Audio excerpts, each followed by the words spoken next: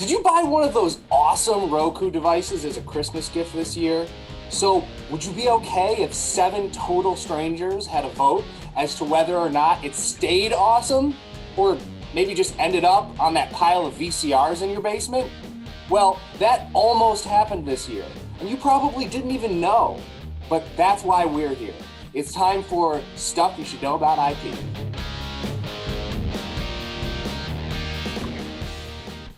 So, Tom, you should know this, right? You gotta know this. I was shocked when you told me this, that a jury decided this case, but I want to hear your summary of it. So, what's the deal here? So there's a company called MV3 Partners that has this patent, which we'll just call the 223 patent. Typically, just as something totally on the side, when you're referring to patents, in the US at least, and really all over the world, but in the US, we refer to a patent by the last 3 numbers of the patent number. So there's we're probably into like the 10 millions or so, but the last 3 numbers, and in this case, it's the 223 patent. So MV3 Partners has this 223 patent, and it is on something called streaming media devices technology. And I'm not an expert at this, but let me say I use Roku, okay? So I'm an expert at looking at it, because unlike you, Ray, who have no TVs in your house, I have 3 girls, 20, 20, and 21. So I'm in a room right now at home where I can see 1 TV to my right and 1 TV in front of me. Both have Roku devices. And essentially, Roku devices enable you to put together all your content sources like Netflix, Prime, Hulu, and others. And then you can kind of like click which ones you want to watch all in one place. So if I want to watch a show on Prime, I click Prime, bam, I watch that show. Then if I'm feeling particularly lazy and I don't want to do anything, I can watch a show on Netflix just by clicking over to Netflix and going, bam, now I got Netflix. Sounds pretty awesome. Device, right? Yeah, it's pretty awesome and it's pretty terrifying. We'll talk about why it's terrifying in a second. But essentially, so MV3 Partners is going after them. And that's what this case is all about, is because Roku's making a ton of money. MV3 Partners has a patent and they want to get in the game.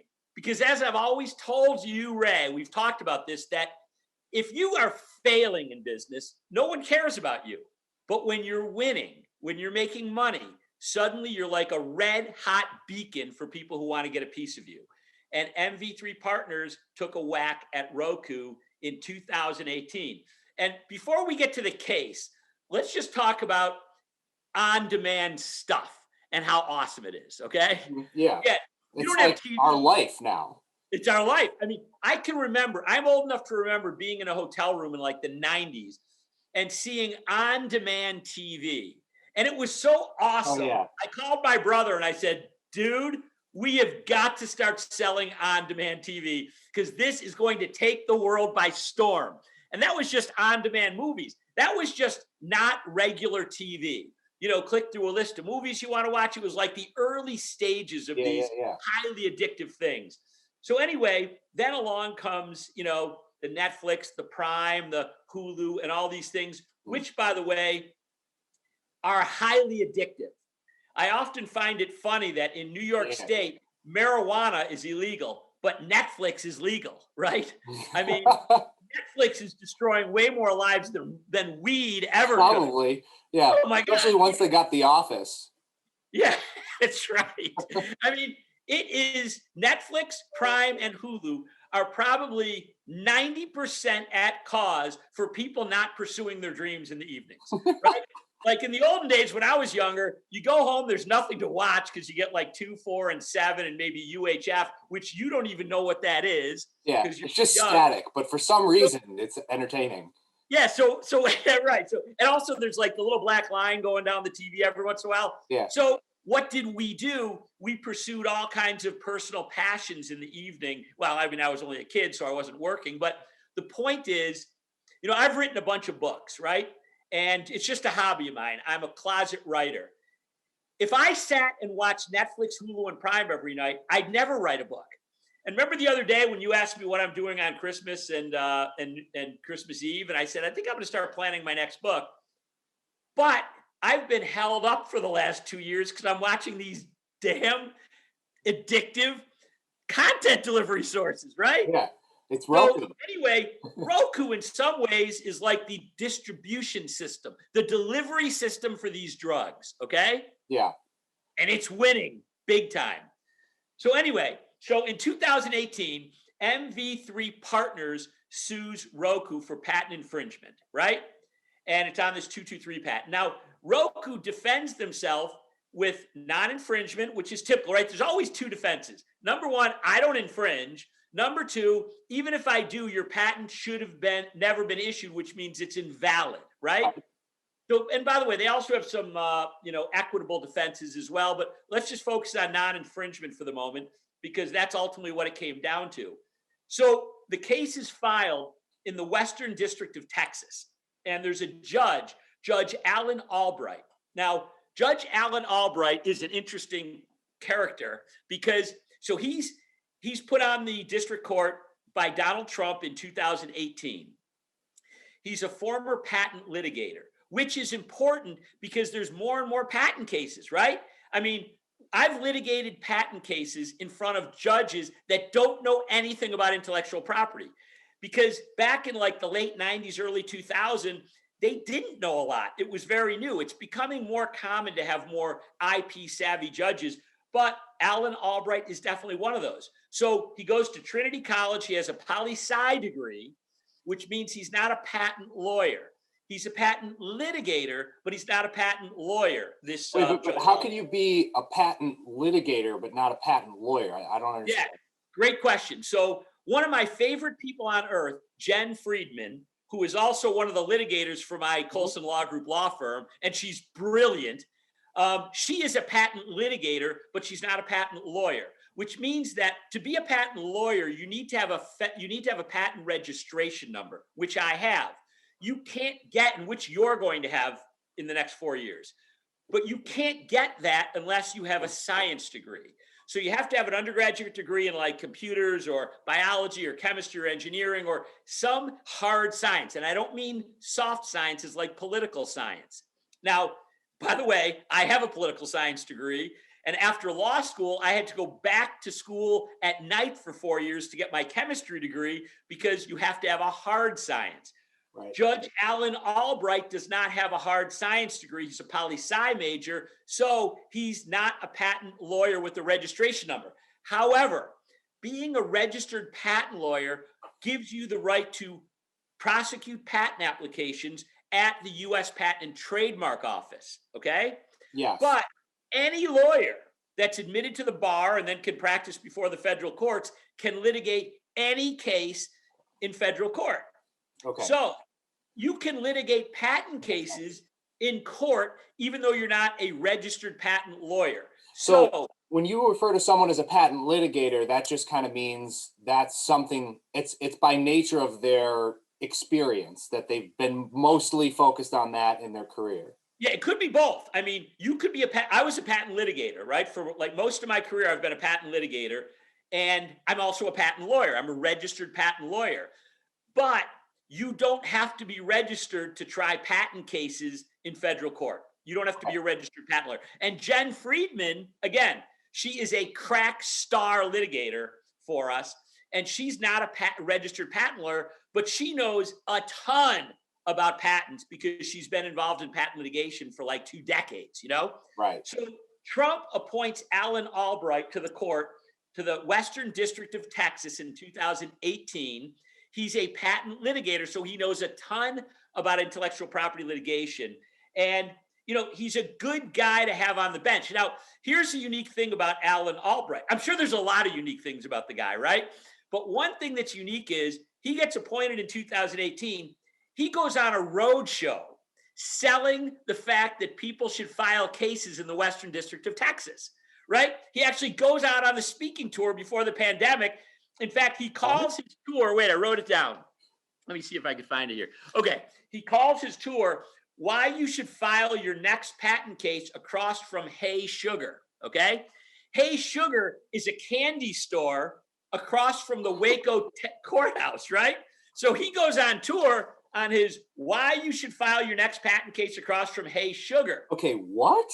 Yeah, because he wants to get people to file there. And if you can get jurisdiction, it's federal court. So if you can get jurisdiction in his court, he wants your case. And guess what? It works. Right now, he's got pending, let's see, 545 cases are pending. Yeah, wait a second. I have it written down here. Was he getting commission? Yeah, exactly. That's what I love it. It's really cool. 545 patent cases are pending in the Western District of Texas in front of Judge Alan Albright. So get a load of this. This case, this patent case, is his first patent trial as a judge. Okay, so he's a patent litigator. I don't know why my screen's getting dark, but anyway, he's a patent litigator, but this is his first case as a federal court judge dealing with the patent infringement trial. So there's like standing room only in the courthouse because people who are going to decide whether to file cases in the Western District of Texas in hopes of getting Judge Alan Albright as their judge want to know what he's like, right? So there's blogs doing a day-to-day on this case because not only do people have to decide where they want to file, but also keep in mind, this is a big case, right? Because it's not just about Roku. So MV3 Partners also sues. They also have pending actions at the time against Best Buy and Kohl's for selling Rokus. Because remember, if you're an infringer, if you're a patent owner, you have the right to prevent others from making, using, selling, or offering for sale, right? Right. So Roku's making this device. I mean, arguably they're selling it too, but Best Buy and Kohl's are selling it. Like I bought my Roku from Best Buy, right? So they're also being sued, but their cases were put on hold pending the outcome of this case. So then, let me just go through a list here. So it's not just Roku, it's not just Best Buy, it's not just Kohl's. It's also other key streaming device players include Google, Microsoft, Sony, Samsung, LG, Apple, Philips, Amazon, Huawei, High Media. I mean, this is MV3 Partners Day in the Sun, right? Yeah. I mean, they're a company that has this patent, the 223 patent, and they are ready to go to town. They're ready to start bringing their case ever. Just like Judge Albright went on a roadshow to sell the court, they're going out on the roadshow. I think that's like a topic for an entire episode. Yeah, like I know. I wish I knew more about it. I just read about it this morning. I thought it was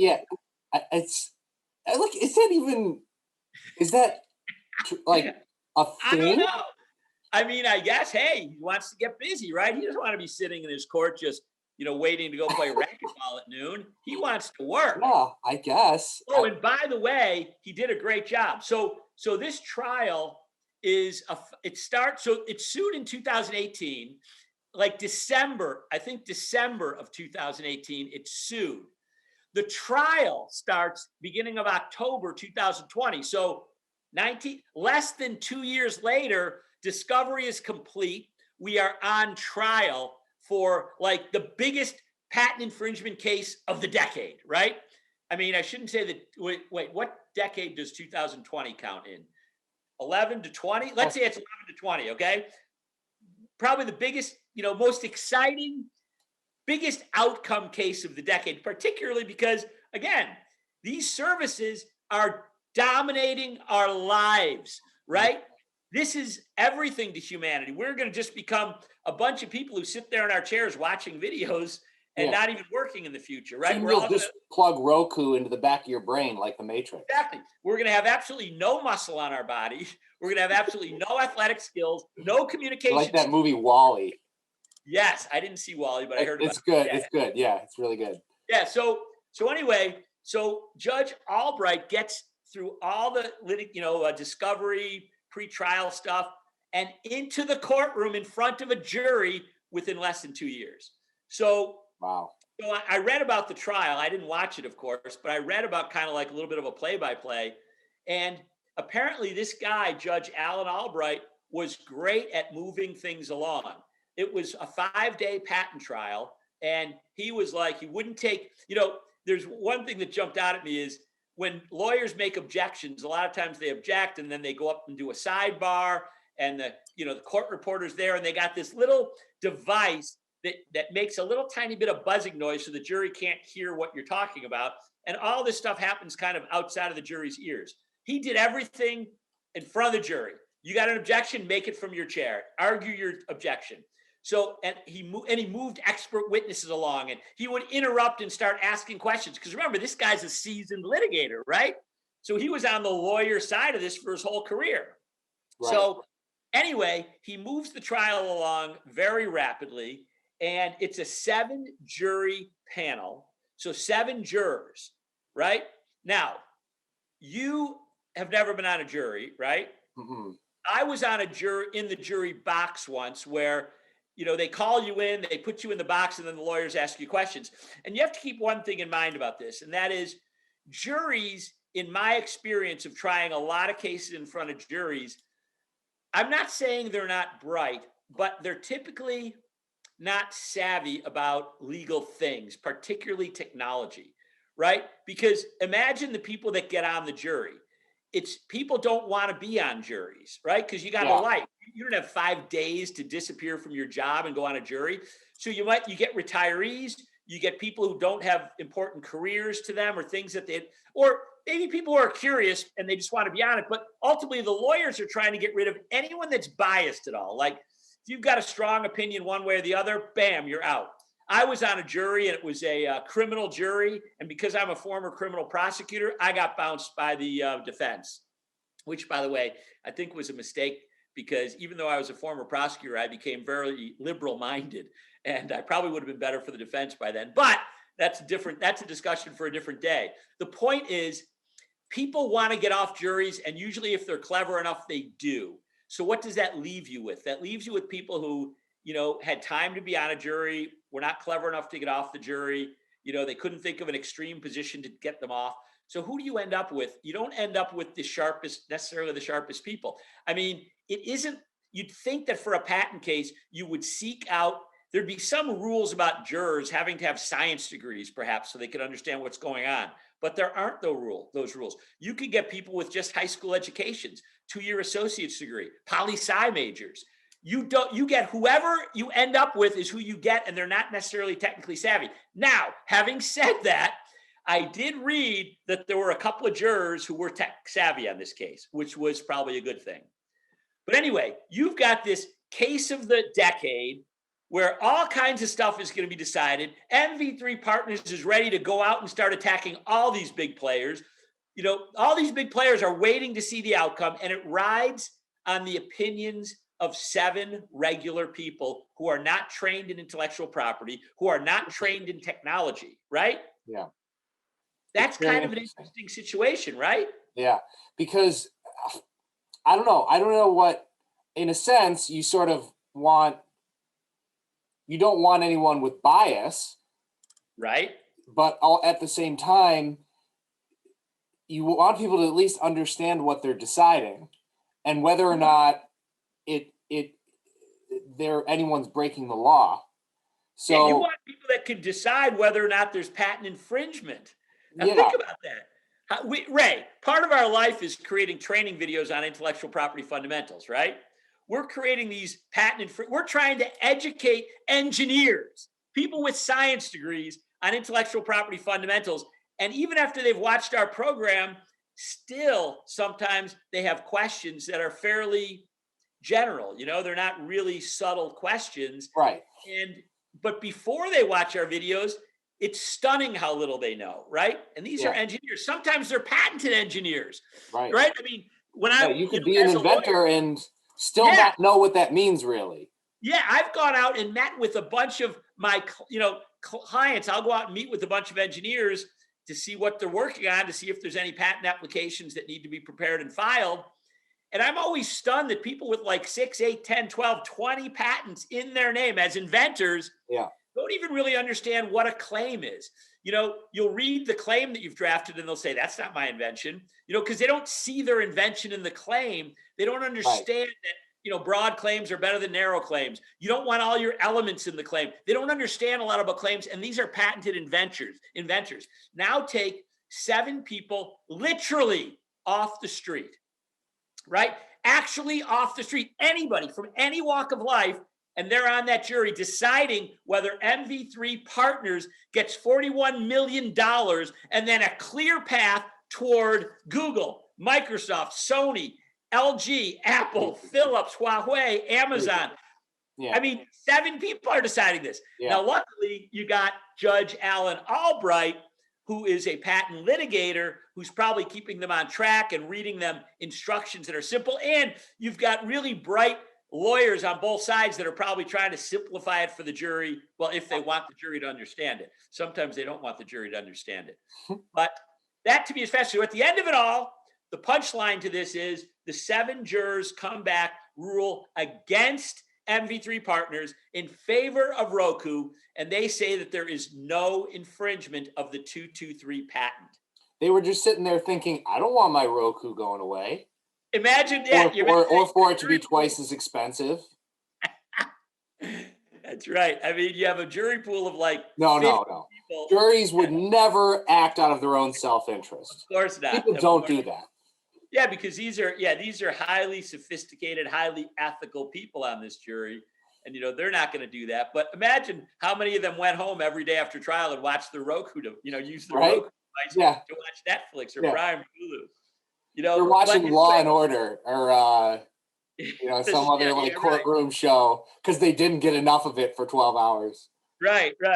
So, a couple other quick things, and that is, or actually one other quick thing, which I found interesting when reading about this, was how careful the lawyers on the defense were to make sure the jury understood. They kept it so simple. When I'm trying a case, when I'm on trial and I go in, think of the jury, I don't want to send them into the jury box with 8 things they have to think about. I want to send them with 3 things to think about. And I want to hit them with 3 things over and over so that at the end of it all, they're thinking about those 3 things and they thoroughly understand them. And that sounds like a lot like what the defense did. They wanted them to clearly make an easy path to see that the product Roku had was different than the patent claims of that 223 patent.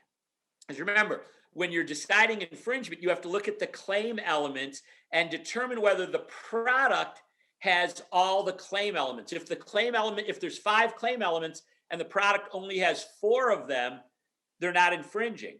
So I'm sure there were charts and visuals and graphics and all kinds of high-tech stuff. I mean, we're talking about millions spent in that 18 months on this trial, 18 to 20 months on this trial. So I guarantee you it was a great show that was put on by these lawyers. Yeah. And they made it very simple to see, what the product is, what it has, and what it doesn't have in connection with those claims. It's really interesting. I wish I could have been a fly on the wall for that. Or better yet, not even a fly on the wall, a seat in the pew. I mean, there are people watching that trial, and you can do that. You could actually do that, not today. I don't know what's going on with the pandemic with watching these trials, but, that's something to think about is find out when there's a trial near you, a jury trial. And patent cases don't go to jury trial that often. But if you find a jury trial near you, you should go to watch it. Particularly you, Ray, the 2 of us should go and watch a jury trial. When this pandemic's over, we should find a good jury trial someplace within driving distance and go and spend a few days watching it because, I'm sure they're not going to be as exciting as MV3 Partners versus Roku. Right. But who knows? Right? Who knows? Yeah. I mean, you don't know, right? I mean, we didn't know that this case even existed. We didn't know that the lives of our Roku devices were hanging in the balance of 7 everything that we hold sacred. People who are everything. There's the First Amendment free speech rights, right? There's trial by jury, and there's Roku. The top 3 most important things in the American system, right? We need an addition to the Bill of Rights. Right, that's right. We almost lost one of them. And I bet you a good percentage of Americans would give up that First Amendment for Roku. Oh, Anyway, I'm laughing because it's sad and true. oh yeah, I'm telling you, Ray, and any one of our tens of millions of people who are watching, you want to be productive. So there's this guy you might have heard of. I think, by the way, I'm probably going to get this wrong, so forgive me if I get it totally wrong. But there's this guy named Albert Einstein that you might have heard of. Oh, yeah. I Relativity. think, yeah, I think he said there's value in being underemployed. And I think his mentality was you have evenings and weekends where you can explore things and do great things. And I've always believed in that. I mean, I spent 8 months once, every night, every weekend, creating a series of children's books called A Girl Named Pants. I think we did a video on one of those once.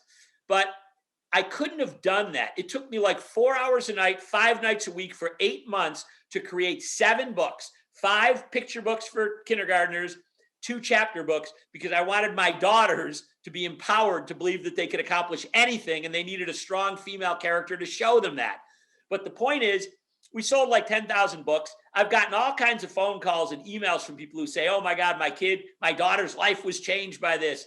And even to this day, I'll have people come up to me sometimes and say, wait, did you do those Girl Named Pants books? All because I didn't have Netflix, right? There was no Netflix. But if you're watching, and I'm not saying this to bash Netflix because they are brilliant. But if you want to accomplish things after work in your evening hours, especially when so many people, particularly Americans, are struggling with like 1 or 2 jobs and they're like, they can't get out of debt. You got to do stuff in your evenings to, Right. build something great, whether it's a hobby or a business empire or whatever. These content providers are seriously taking away our enthusiasm for doing that. Yep. So anyway, but having said that, I love Prime, I love Hulu, I love Netflix and Roku. I can't deny it. Even though I don't have a TV, I do occasionally watch on a laptop. So Yes, of course. And that's their thing. And it's like it could get into your eyeballs, no matter what device you have. That's the brilliance of it. So yeah, and that's the invention, right? Is being able to stream with your phones. Right. I mean, yeah, you just carry your phone around and you're hooked. Well, we are hooked, Ray. We are hooked. I'm not going to lie. So I think this was a really great discussion. I'm glad that you brought this up. And I hope that you all agree, if you found this entertaining, this little tidbit stuff you should know about IP, please comment, share your thoughts. Let us know if you bought a Roku as a Christmas gift. And please share the podcast. And of course, happy holidays. Merry Christmas. See ya.